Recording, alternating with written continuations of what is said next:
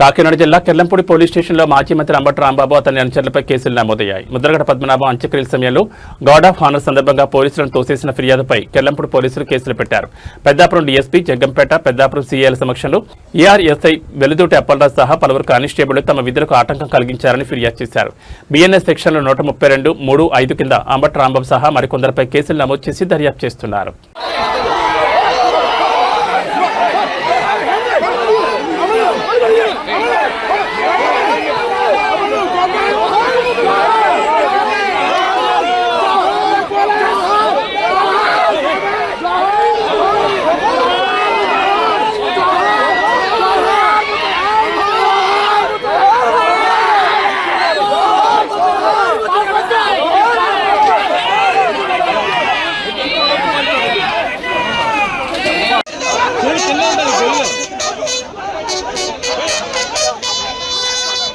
గొయ్యలేనా ఇక్కడ అస్సలు లేదు, నాకు ఖాళీ లేదు.